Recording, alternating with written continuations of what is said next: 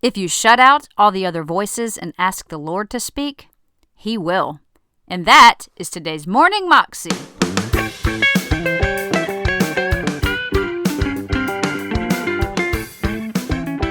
Welcome to the Morning Moxie Show. I am your host, Alicia Sharp, and today on the show, we have Randy Robison interviewing Dennis Jernigan. And Dennis is talking to us about his life story and how he just wrote a new book called Renewing the Mind, and basically how over the course of 12 years in his life, he needed to just focus on what God was saying. So he cut out things like TV, internet radio, all the stuff that would vie for his attention, another voice that he didn't need to listen to. So he just cut it out so he could hear and really focus in on what God was saying. And it changed his life, because renewing our mind is the key to seeing success and to seeing growth, is to be able to renew our mind to what God is saying and His truth. And His truth is so amazingly powerful and wonderful. Here they are. Hi, I'm Randy Robison. Welcome to Life Today, Digital Edition. I'm here with Dennis Jernigan, a longtime friend of the ministry, and he's got a new book called Renewing Your Mind. Dennis, good to see you. Good to be here, Randy. Thanks for having me. So anybody who's, kept up with you, watched the program, they probably know a bit of your story. Sure. Struggle with homosexuality at a young age. How many kids do you have now? I have 9 children. Still just the 9. Still I have to check 9. every time I see you. So I don't want to get bogged down in all that, because that was many, many years ago. Sure.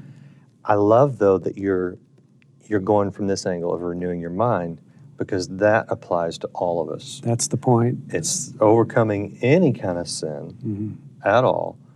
It means renewing your mind daily. So give me a little insight of what you're talking about. Well, the battleground for anybody, if they're realistic about what they struggle with, the battleground is your mind. A simple way to put it is, I can change the way I feel by simply changing the way I think. Proverbs 23:7 says, "As a man thinks in his heart, so he is." Romans 12:2 tells us to be transformed by the renewing of your mind. So I just got that many years ago and ran with it.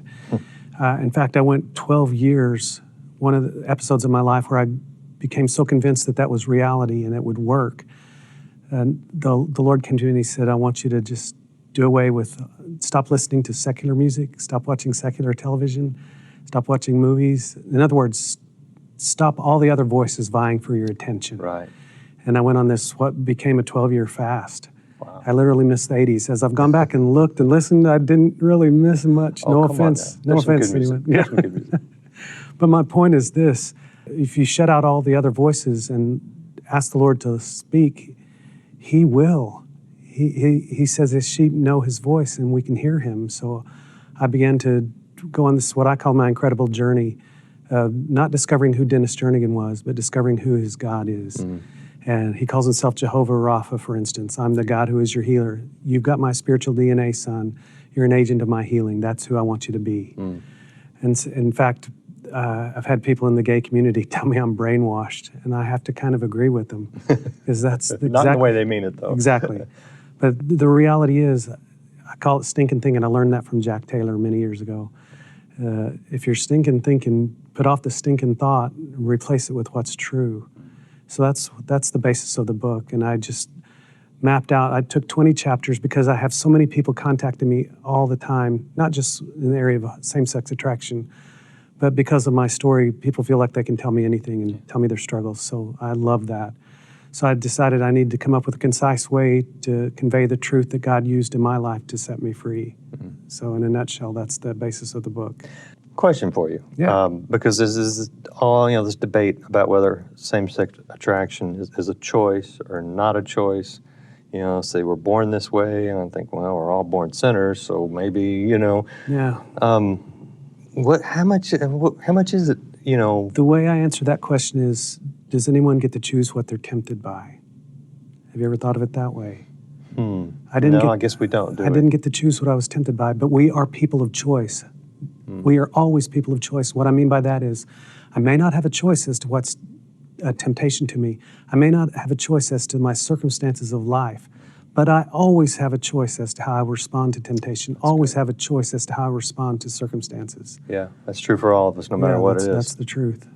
So, how do you if you can compare how you thought, before, especially before the 12 years of shutting out all the other voices, then and now, what's different sort of about just the way you process things? Well, it's automatic. In fact, one of my personal rules is Dennis Jernigan does not get to call himself something his father does not call him. My children know that. My wife knows that. So if I'll do something boneheaded and I'll say to myself, you stupid idiot, like guys will do sometimes, my wife is the first one to say, is that who your father says you are? Is that the truth? And instantly I'm reminded, nope, that's not who I am. In fact, if I could put it this way, before I knew all this about renewing my mind, it's like as a believer, I thought I deserved to sit below the table of the king and just settle for whatever crumbs fell from it. And that's not the truth. I'm a joint heir with Jesus Christ. I'm invited to sit boldly at the table as a child of the king and partake of the feast of his presence in this life. And let me just throw this out there too. I don't see homosexuality, same-sex attraction as an identity.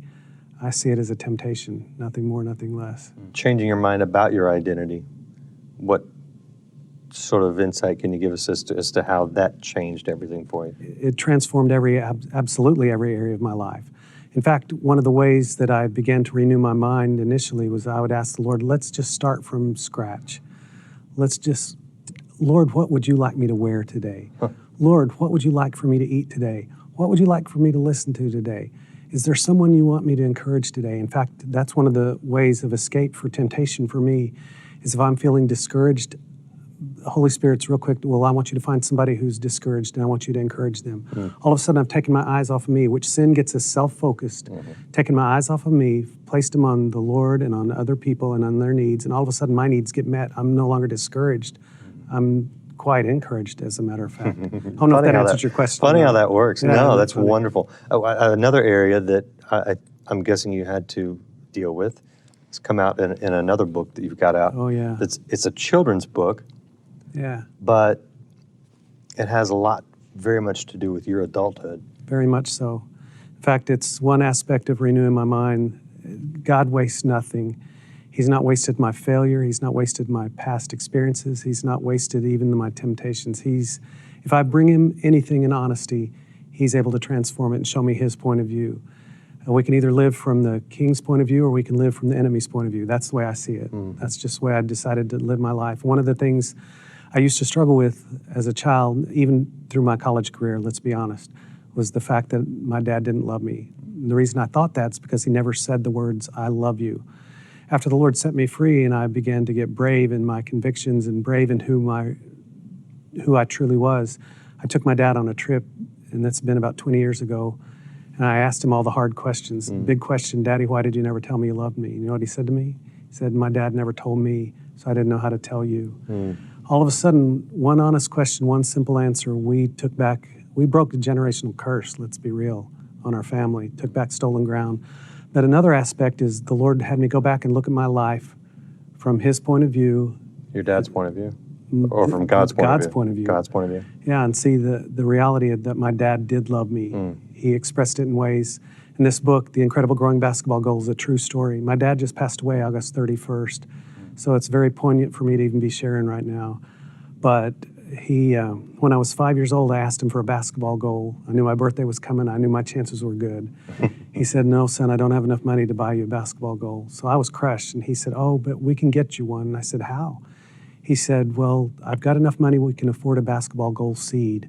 We'll plant one and grow one. I'm 5. That sounds completely reasonable to me. Sure. So we went with it. The next day he came home with this seed. He said, let's go pick out a spot for your goal. And we picked out a spot, and I got to dig the hole. He said, you put it in there, now you cover it up, and your job is to water this every day. So I was watering it every day. And after a week, I came out in a 3-foot section of green pipe. I'll never forget it, had sprouted. I began watering twice a day. If you came to our farm, the first thing I'd do is show you, you got to come and see the basketball goal my dad and I are growing. They'd look at me, something's wrong with your boy. And they'd go, no, he's telling the truth. So every week, another 3-foot section, another 3-foot section, until my birthday morning comes.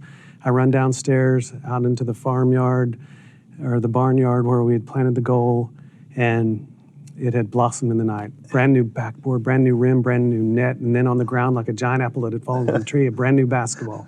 And I like to say at this point, when telling the story, yeah, my dad never told me he loved me, right? The greatest expression of love is beyond words. Words are awesome, don't get me wrong. Mm-hmm. But the greatest expression of love is the laying down of my life, and my dad and my dad did that in droves. Mm. So that's the basis of this book. I was able to show my dad the book on his deathbed, and we got to reminisce about it. He couldn't say a word, but he just shook his head. I said, "Daddy, do you remember?" He said, "Yes, I remember."